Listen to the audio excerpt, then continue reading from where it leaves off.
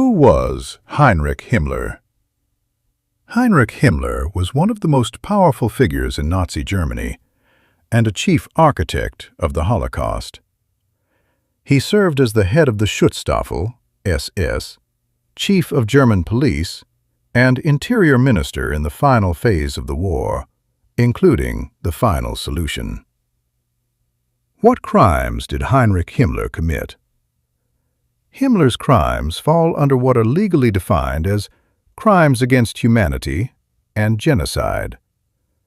Some of his crimes are organizing the Holocaust, mass executions, concentration camp system, inhumane medical experiments, and persecution beyond Jews. Documented examples of his crimes. Wartime diaries. Discovered in Russian archives, these diaries show Himmler managing the Holocaust with a routine of a 9-to-5 job.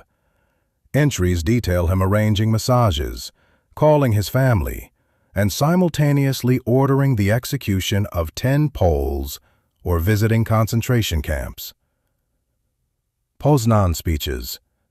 In audio recordings of speeches to SS generals, Himmler explicitly defined the evacuation of the Jews as extermination and boasted about the efficiency of killing chambers. Es gehört zu den Dingen, die man leicht ausspricht.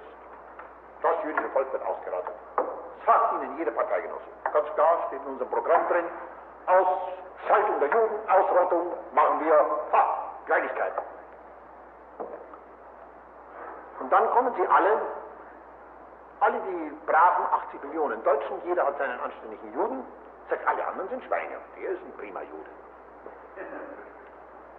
Visit to Sobibor. Diary entries and records confirm his visit to the Sobibor death camp, where he witnessed 400 people being gassed to death for an exhibition, followed by a feast for SS officers. Establishment of concentration camps. Under his leadership, the SS expanded the concentration camp system, which was used for forced labor, torture, and the murder of political prisoners, Roma, Jehovah's Witnesses, homosexuals, and others deemed undesirable. People who survived/knew him.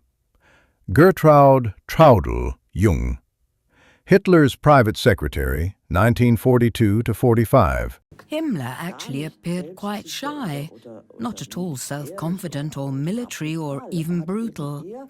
He had rather the appearance of a somewhat shy, bourgeois man.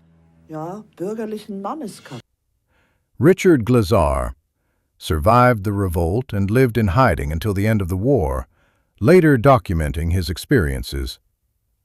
Let's go back to your escape from Treblinka during the uprising. You described that you were hiding with a friend in a pond full of water. How long were you there?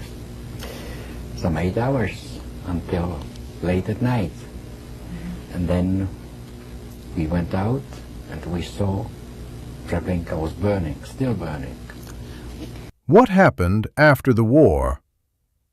In April 1945, realizing Germany had lost the war, Himmler attempted to negotiate a separate peace with the Western Allies, via Sweden, without Hitler's knowledge. Upon learning of this, Hitler stripped him of all offices and ordered his arrest. May 1945, the Third Reich had fallen and its leaders were being hunted across a devastated Europe. Heinrich Himmler, once among the most powerful men in Nazi Germany, was on the run.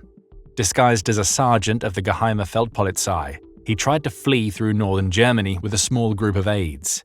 On May 22, 1945, British soldiers near Bremerförde stopped the group for inspection.